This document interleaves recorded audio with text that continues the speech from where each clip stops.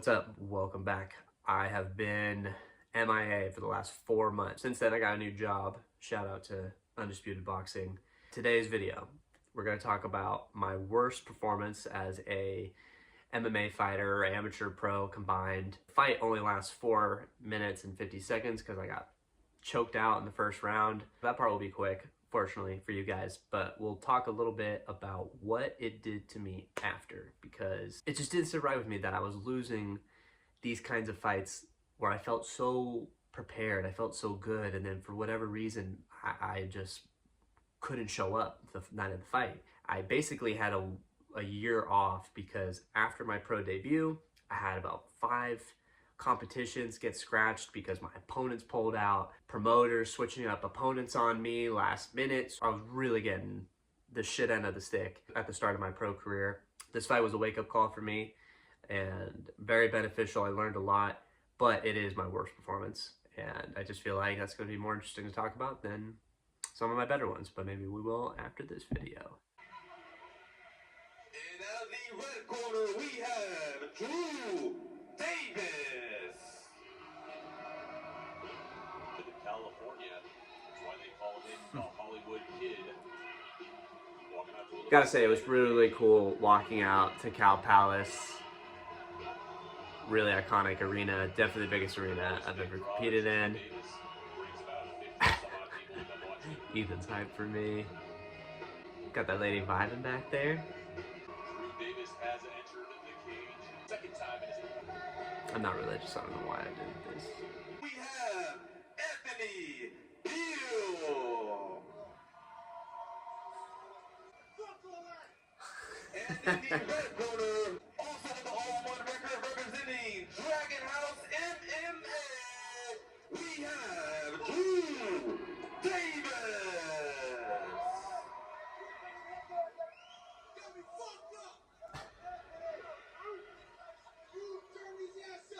Round number 1 of a possible 3 is underway. Here we go. Drew Davis, 6'1", his opponent Anthony Beal, 6'2". Both taller guys in the 155-pound weight class. Anthony Beal opens up right away with an inside leg kick. Drew Davis controlling the center of the cage. Beal so far keeping the jab busy. Huge leg kick from Drew Davis drops Anthony Beal, who responds with a kick to the body that does not connect.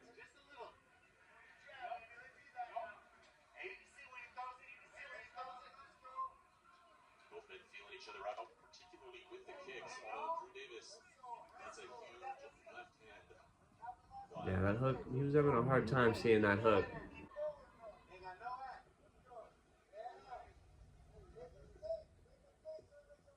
Drew Davis lost his pro debut via TKO.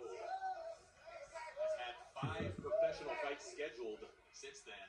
All 5 of those opponents have backed out in a minute. 5 people within 1 year. So you're patient. Another leg kick lands by Davis. Bad leg kick. Kicked his knee, foot was swelling up. That was a good, that was a good shot there. Not so much with the punches, although the punches that have been thrown have been heavy, particularly from Davis.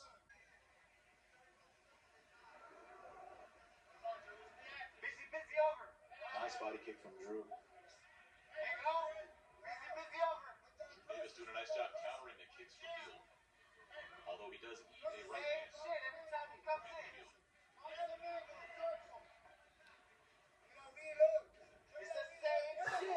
I can really see a lot of mistakes that I'm making from a striking standpoint.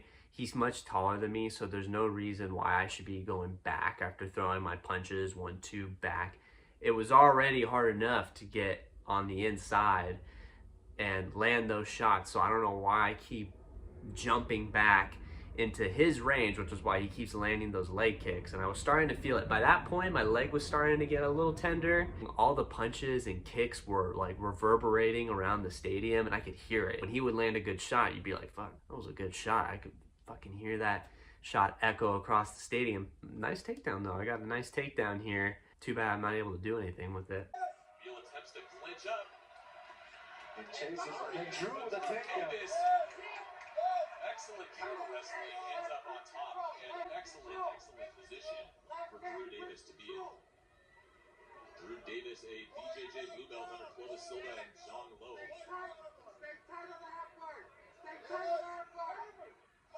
It's like Beal's trying to... Beal looking to walk out of the... I can hear all of those voices.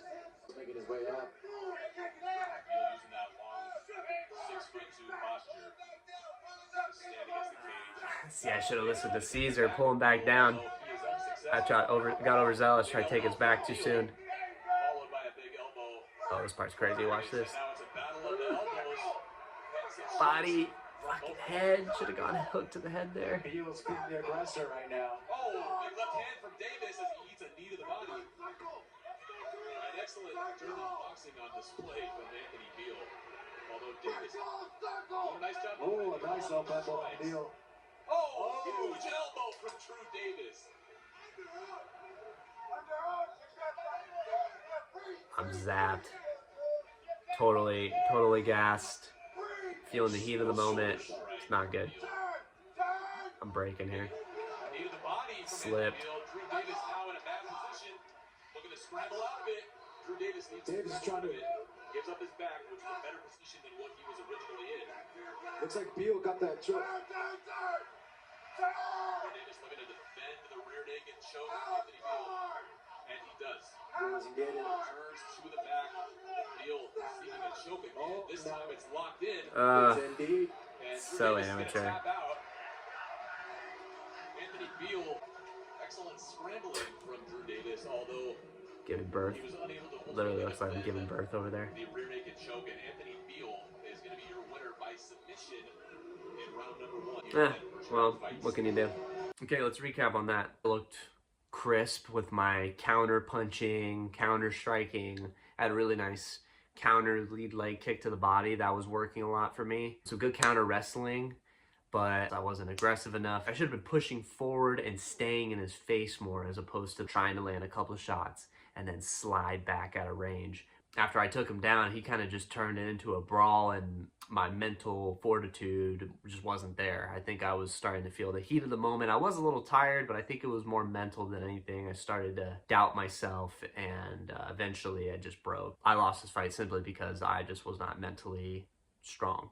Beal was. He was mentally prepared. He was physically prepared, and he got the job done, and props to him. I just didn't have that dog in me, and that's when I knew I needed to talk to somebody. I needed to get my mental in check. It's a muscle, right? It's just like if you're practicing jiu-jitsu, the more you practice, the better jiu-jitsu you're gonna have. I did my mental practices, I did my meditations, I journal, I read, I did all the things I was supposed to do, and I was guided through a sports psychologist. And since this fight, I have not lost a fight since. I'm on a 4-5 win streak. This was back in March 16th of 2024. It's been a successful 14 months since then. It's a lot of money, but it was worth it. You can't put a price to investing in something that you care about, and this is my career. This is something I want to take very far. Something that my sports psychologist always tells me, and I have to remind myself all the time. It doesn't matter where you're fighting or who you're fighting.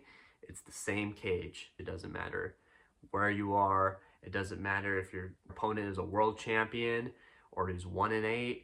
You treat them all the same. Having that mindset has really helped a lot. Also, just simplifying things. It's a fist fight.